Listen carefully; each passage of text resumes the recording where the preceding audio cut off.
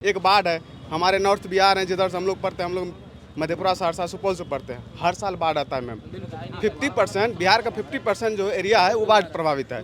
मात्र 50% जो बचा, 50% में साउथ बिहार में बाढ़ आया तो तो पूरा देश इवन पूरे यूनाइट हो गए सब लोग। लेकिन क्या बिहार के लिए कभी कोई यूनाइट हुआ है? बिहार के साथ सौतेला व्यवहार क्यों? हर साल डूबता है बिहार। मेरा बस एक ही सवाल रहेगा, बिहार के साथ सौतेला व्यवहार क्यों? शर्म की बात तो ये भी है कि हम रोजगार पे दिल्ली में बात कर रहे हैं। वही ना बात है। मान लीजिए यहाँ यूपी है, यूपी का आदमी यूपी में काम करता है, तमिलनाडु का आदमी क्यों नहीं जाता है बिहार काम करने? गुजरात का क्यों नहीं जाता? महाराष्ट्र में हम लोग काहे गाली खाते हैं?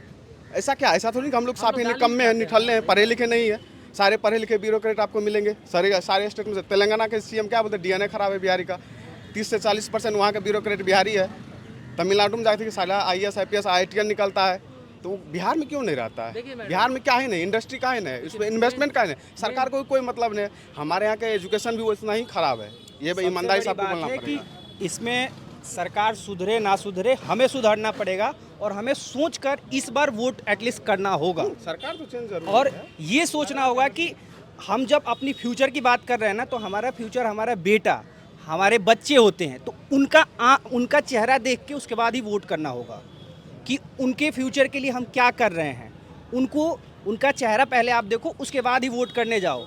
ऐसे नहीं कि 5 किलो चावल और 5 किलो अनाज के लिए उसको देखो और उसको देख के वोट करने चले जाओ।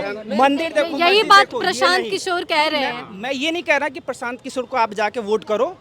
आपको अगर लग रहा है कि आपके क्षेत्र में वो नेता बढ़िया है जो रोजगार की बात कर रहा है, कभी कंपनी ला सकता है, यहाँ पे इंडस्ट्री ला सकता है, एजुकेशन व्यवस्था को सही कर सकता है, और वहाँ पे मतलब कि आप स्वास्थ्य की बात कर सकता है, आपका मतलब हेल्थ सेक्टर में काम कर सकता है, तब उसको आप जाके वोट करो।